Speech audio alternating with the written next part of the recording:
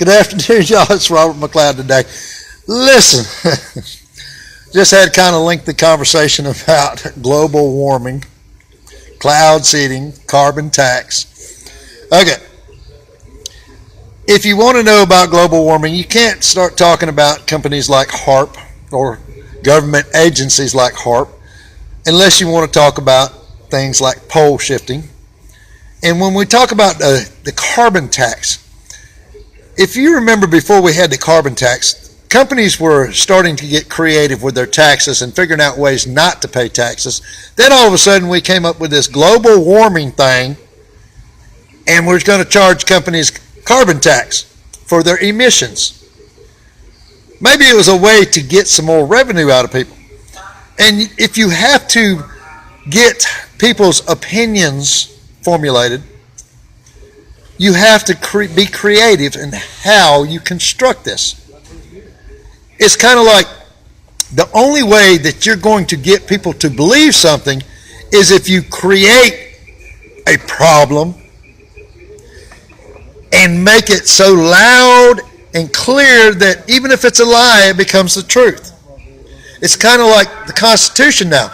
We have children that don't even know what the Constitution says. We have people graduating from high school that doesn't even know what the Constitution says. It's because they failed to teach it. But if I taught you that global warming was a fact, after a while, I won't have to even argue with you anymore because you'll believe it. Now, when we start talking about HARP is a whole different critter. HARP's been around a long time. And yes, they can seed clouds.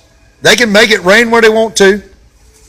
And if you want to know if they're actually spraying something once in a while, it's mighty funny to me when you see planes crisscrossing both ways and then in a few minutes later, you've got clouds covering the whole sky.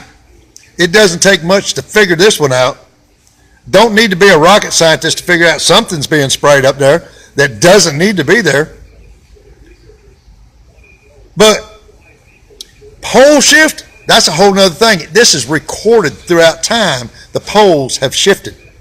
And our poles have been shifting quite frequently here lately, and it's moving at a little bit faster rate. So if I was going to be worried about the climate change, it wouldn't be from global warming so much as it would be from pole shifting. Because for every bit that's melting on one side, I would imagine it's freezing on the other side. For every little bit it's warming up on one side, I would imagine it's cooling off on the other side.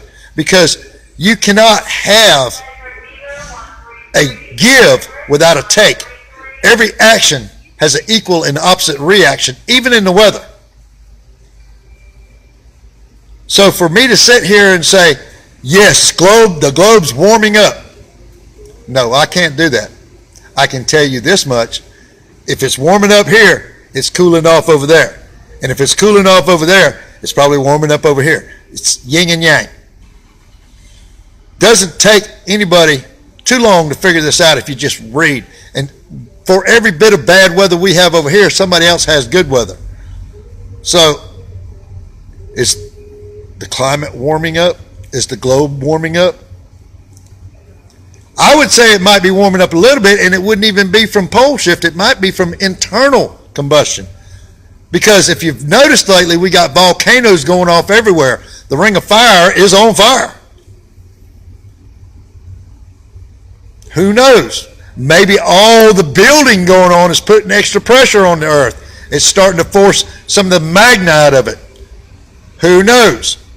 We can sit here and talk about this all day long, but without hardcore evidence, hardcore facts, nobody really knows. Y'all think about it. That's R3Dn3Ck Thought today, and as always, have a blessed day.